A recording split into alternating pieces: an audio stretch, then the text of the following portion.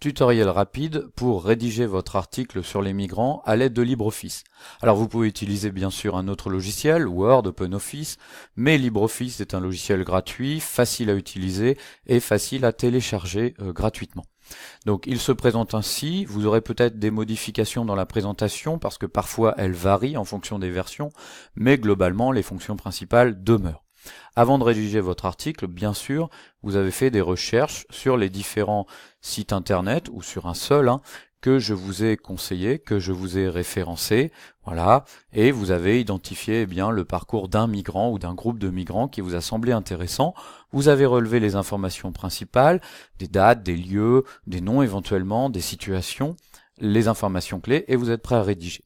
On va donc rédiger notre article dans LibreOffice. Alors on va par exemple mettre le titre, voilà, rubrique Afrique, l'enfer des migrants somaliens.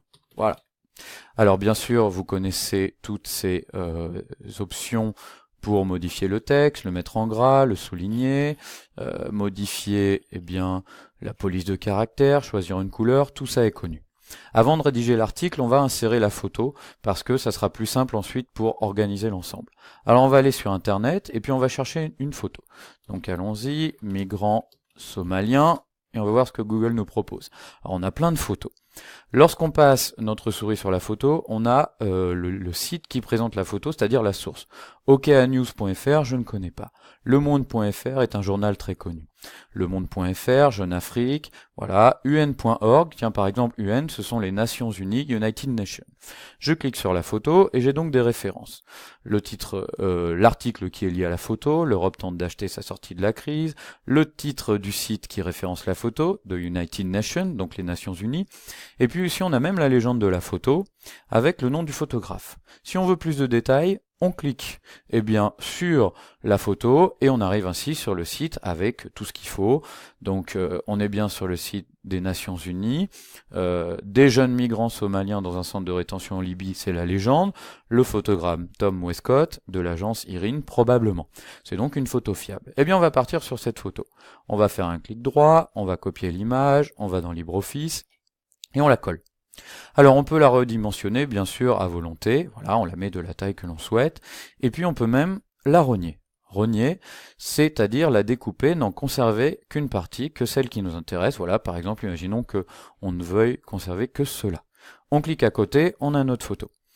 Alors on peut la mettre à gauche, au centre, à droite, idéalement on la mettra soit à gauche, soit à droite. Moi je vais la mettre à droite. Ma photo est posée, mais il lui manque sa légende et sa source. Je vais donc insérer une zone de texte. Ici vous avez l'icône T pour insérer zone de texte. Si vous ne l'avez pas, vous allez dans Insertion, zone de texte, et avec le bouton gauche de la souris, vous cliquez pour créer votre zone de texte. Voilà. Je vais donc mettre ma légende, donc voilà, des réfugiés somaliens en détention en Libye, voilà, ça veut dire en prison.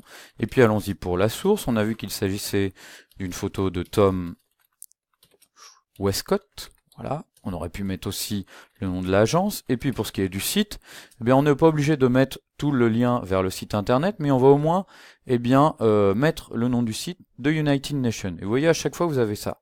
Jeune Afrique, Le Monde. Donc vous avez la source de votre photo à chaque fois ici. Donc allons-y, de United Nations, les Nations Unies, en français. Bien sûr, on peut modifier ce texte aussi, en allant chercher la police de caractère que l'on souhaite. Voilà, par exemple celle-là. On peut centrer, on peut mettre en gras, on peut changer la taille, voilà. Imaginons que cela nous convienne. Alors, on a la photo, on a la légende de la source, on va mettre un petit cadre autour pour le mettre en valeur. Alors, on va aller chercher, soit ici, le rectangle, soit ici dans Insérer, Forme, Basique, Rectangle, le rectangle.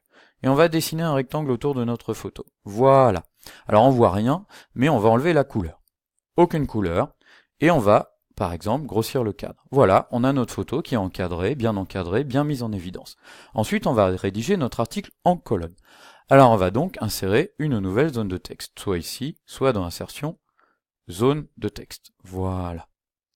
Allons-y, ici, voilà, Insertion, zone de texte. Alors, on va écrire au début ce qu'on appelle le chapeau. Alors le chapeau, c'est la possibilité de mettre en évidence un petit résumé de notre article. Alors allons-y, en Libye, des réfugiés somaliens eh bien, sont victimes de mauvais traitements, parce que c'est le cas, hein, ils sont très mal traités pendant leur détention, puisqu'ils sont en prison. Voilà. Alors, ce petit article-là, eh bien, on va pouvoir, par exemple, le grossir, voilà. Et puis, on n'oublie pas de justifier. Ça permet, vous voyez, de mettre le texte de chaque côté de la colonne. On va mettre en gras. Et voilà. Bon, par exemple, on va réduire, allez, on va rester sur 12. Là encore, on peut bien sûr modifier la police de caractère si on souhaite. Voilà. Et puis voilà, c'est satisfaisant. Ensuite, eh bien, on tape le reste de notre article. Alors là, bon, j'écris un petit peu n'importe quoi, mais c'est pour vous montrer ce qu'il en est. Voilà. Là encore, eh bien, on n'oublie pas ensuite de justifier le texte. Voilà. Ensuite, eh bien, on va descendre, voilà. Par exemple, notre colonne, on pourrait écrire donc la suite de notre article là, et puis on va mettre 2 colonnes à côté. Donc, on va y aller, on va à nouveau faire insérer, zone de texte, on va mettre une petite colonne ici, par exemple. À nouveau, on va taper notre article. Là encore, il s'agit évidemment ici de quelque chose qui n'a aucun sens, mais vous avez compris l'idée. Il nous reste notre dernière colonne à faire, insérer, zone de texte. Nous la mettons donc ici sur le côté. Voilà. Voilà. Et on arrive au bout. On n'oubliera pas à la fin de notre article de mettre 2 choses. La date par exemple. Voilà, on va mettre qu'il s'agit, eh bien, allons-y, du 7 mars 2018. Et puis on va signer. Voilà, par exemple. Allons-y. Johan, allez, voilà. Voilà ce qu'il en est. Voilà la mise en page de notre article. Alors il n'est pas magnifique, le texte est ridicule, mais vous avez compris, l'idée étant eh bien d'apprendre à faire la mise en page. On peut bien sûr essayer de respecter cette forme de mise en page d'article avec eh bien toutes les catégories importantes qui sont mentionnées ici sur le côté, mais on peut aussi simplifier un petit peu le travail parce que nous ne sommes pas des professionnels et nous n'avons pas des logiciels parfaitement adaptés. Voilà, vous avez compris l'idée. Une fois que vous avez fini votre article, eh bien, vous faites fichier, enregistrer sous, vous l'enregistrez dans un dossier, et puis ensuite, vous le transférez à votre professeur, soit sur un Padlet, soit par adresse mail, soit vous l'imprimez, en fonction de ce qu'il vous a demandé. Voilà, bon courage à vous